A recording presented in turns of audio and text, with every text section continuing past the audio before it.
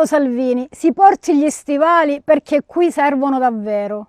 Sono in Sicilia dopo una settimana di lavori parlamentari sul decreto legge maltempo. È stato bocciato un emendamento a mia prima firma che prevedeva lo stanziamento di 1,5 miliardi di risorse sul piano nazionale per l'adattamento ai cambiamenti climatici. Ecco, oggi mi trovo qui sulla strada statale Raffadali-Cianciana, che è un esempio come i soldi non spesi in prevenzione ci fanno spendere molto di più quando il danno è stato fatto. Questa è una strada che permette agli abitanti di diversi comuni dell'area interna dei Monti Sicani della provincia di Agrigento il diritto alla loro mobilità. Immaginate gli abitanti di Cianciana, di Alessandria della Rocca, di Bivona e di Santo Stefano di Quisquina che per spostarsi per ragioni diverse, ragioni sanitarie, ragioni personali,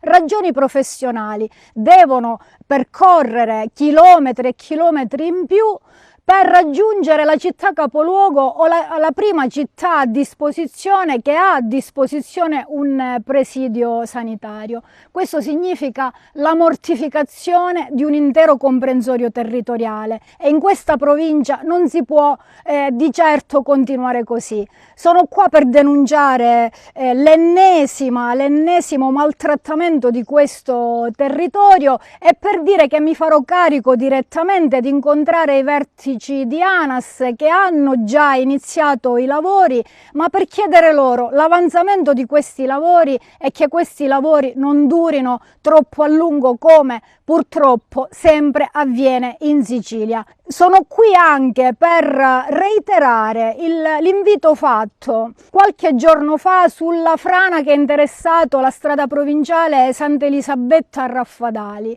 a Matteo Salvini, il ministro dei trasporti.